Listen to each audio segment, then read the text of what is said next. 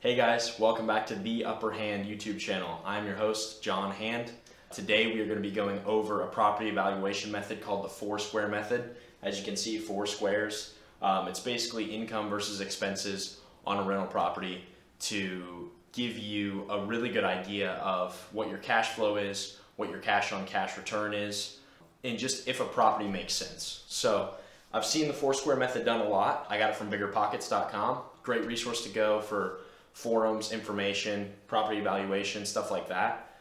But this is actually going to be, we're going to be doing it on my personal property. So these are the numbers for my personal property, the duplex I'm in right now. I think it's going to be pretty interesting. So stick around to the end. We'll get the cash on cash ROI of this property, and it surprised me. So this is my first time really getting, doing the numbers, doing the 4-square method on my property.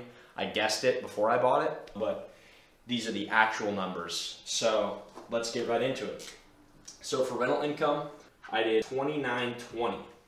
So, and what the 2920 is, it's just 1460 doubled, assuming that this side's rented out. And the reason I'm doing that is because I did buy this with owner-occupied financing, which will affect the down payment amount. But at this point, I've been in the property for 6 months. I can move out anytime and rent this place out, which I actually am planning on doing. So that is one of the reasons. The second reason would be is that this place is huge. So it's like 1,600 square foot aside. If I wanted to cram a bunch of roommates in here at $400 or $500 a piece and make my money up to the other side to get close to that 1,400, 1,500 number for this side, I could easily do that. I don't really want to, so that is the reason for the 2920 number, even though I'm still currently living here. So now that we've done that, storage, 0, and sorry, my handwriting's terrible. I can't write on a whiteboard, and my handwriting's just terrible anyway. Laundry, 0. I don't have any facilities for laundry. Usually you don't in a duplex. And then miscellaneous, I've got 0 income. So I don't have any extra income sources really for the property. So the total income is going to be 2920. And so extra income sources would look like maybe for a bigger unit, they would have on-site laundry facilities. Maybe they would have garages, that they can charge extra for, but I don't have any, being a duplex, I don't have any extra. So here that's the income section. So we got our total income, and we'll come back to that later. So we'll come back to our total income later. And then for here, we're going through the expenses section.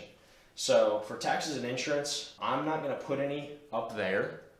This also works great for like a cash deal, going through all of your expenses, but mine are in my mortgage, so I'm going to do them down here when we go over the mortgage. So taxes and insurance, I'm just going to do 0 for taxes and insurance. Utilities, we are at, I believe, 140 for water, 104 for water. That's where we're at. So at 104 a month for water.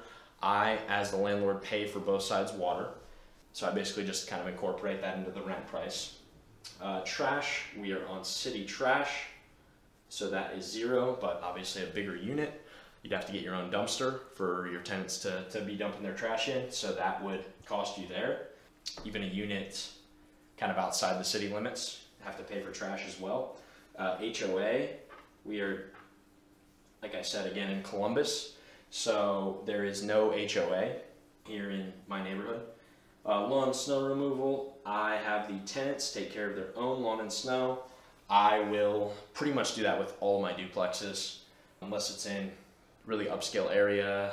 If there's not too much to take care of, just a little common ground somewhere, maybe I'll have a landscape service take care of it. But this duplex, the way it's set up, they are basically your own 2 private yards. So it makes a lot of sense that you would take care of your own yard because they're fenced in back there and there's just a little bit to take care of up front.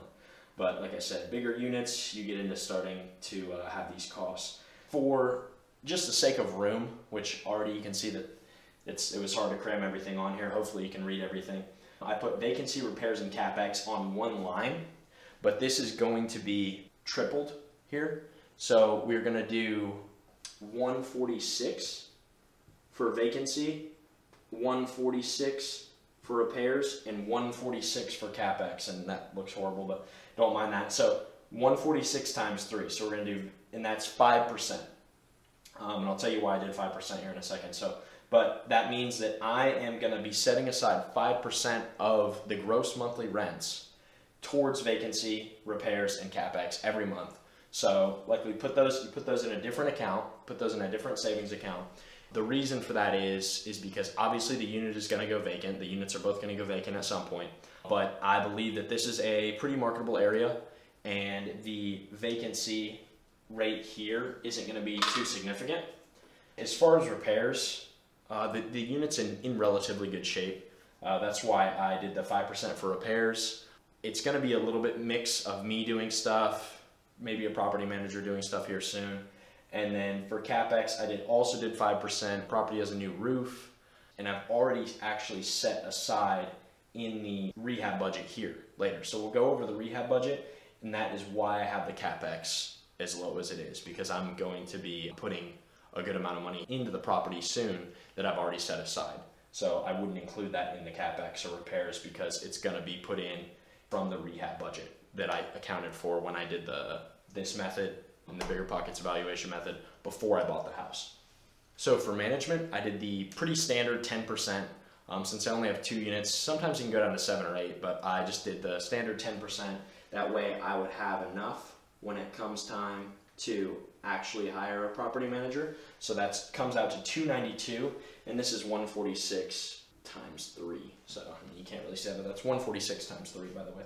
Management $292. The mortgage is $1,584, and the $1,584 is including PITI. And principal and interest change every month, but I just took an example month last month of my principal and interest. So we are at $420 for principal. We are at $837 for interest. That's $837, and then $326 for taxes and insurance. $326. So that's the $1,584 broken down into $420, $837, and $326. And the reason I did that is because this $420 that goes to principal is actually really important for the valuation method. The $420 is basically like a forced savings account. I'm building equity in the property every time. That $420 is not going nowhere. It's going towards the principal. So it's decreasing the amount I owe on the property, thus increasing the equity I have. So that is why it does affect your total cash on cash return because of the equity you'll be building in the first year. And then the $837 is the interest. Obviously just interest payment, that's pretty much gone, but you can also write that off for taxes. And then the $326 is insurance, taxes, and PMI, which is private mortgage insurance, because like I said, I did owner-occupied financing on this property. I did 5% down with the intent to move in, which I have. And then the total expenses are $2,418.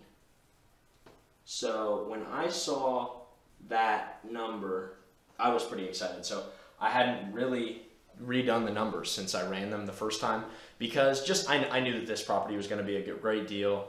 I knew that the appreciation was going to be strong. So I hadn't really gone in and ran all these numbers and tracked everything. But it's just staggering to see that if I would just rent this other side out, I could be at $2,920, which like I said before, I don't really want to because I just don't want to make that sacrifice of getting roommates in here. But I am soon going to move out and then rent this out. And then only spending $2,418. So let's find our monthly cash flow here. So for monthly cash flow, we do monthly income of $2,920 minus our monthly expenses of $2,418. And then that gives us our monthly cash flow of $502. And then we multiply that by 12 to get our cash flow annually. So, and that is 6,024. 6,024. So there's my annual cash flow. But your annual cash flow doesn't mean a whole lot if you put down 50, 60% on the property, you can always get your cash flow up. So that's why the last box really matters, because the last box gives you a perspective on what your cash flow actually means relative to the cash that you have wrapped up in the property, minus any appreciation, because I mean appreciation is just kind of gravy on top. So for the down payment, we are looking at 14.3, and that is 5%. So that's 14,300. And then for closing costs, we're looking at 34.48. 34.48 and 38 cents. I don't know why I wrote down the 38 cents, but so 34.48 for closing costs. Rehab budget, I did 11,000, and I'll go over that rehab budget. That covers the work that I had to do when the old tenants moved out, a little bit of flooring, a little bit of bathroom work. That covers, and paint, and then that also covers the soffits and gutters. So the soffits and gutters are going to be about $7,500 to do the soffits and gutters all the way around. They're in pretty bad shape right now. So that'll be the soffits and gutters, the work over there, a little bit of work over here, and then some tuck pointing for the damage from the water coming off of the soffits and gutters. So that is why I have my CapEx and repairs a little bit lower, is because I've already set aside just a good chunk to put into the property off the bat. Our total cash put into the property is $28,748.38. $28,748.38. So then to get our cash on cash return, which is a pretty cool number, we divide the annual cash flow. So the annual cash flow is 6024 by the total cash flow, 28,748, and then you multiply that number by 100. We've got the 6024 divided by 28,748.38. Sorry, I can't write that far away. And then you multiply that number by 100 because it's going to be a percentage to get our cash on cash ROI, and it is 21%. Now, granted, that number got me really excited, because to get a 21% return on basically any investment right now is crazy, especially in the Columbus market. And like I said, I'm cheating a little bit here because of the rental income that is leaving the principal out as well. But I just wanted to do this to kind of give you a perspective of what the numbers actually look like. As far as adding the principal in there for the cash on cash return, if you multiply the principal by 12, which I did 410 because the principal goes up every payment. So I just took a little bit off of it for the year. So I did 410 times 12, and it comes to 10,994. And then I added it to the 6024, and I got 10,944. And then I did 10,944, the new annual cash flow, divided by 28,748 times 100, and I got 38% return.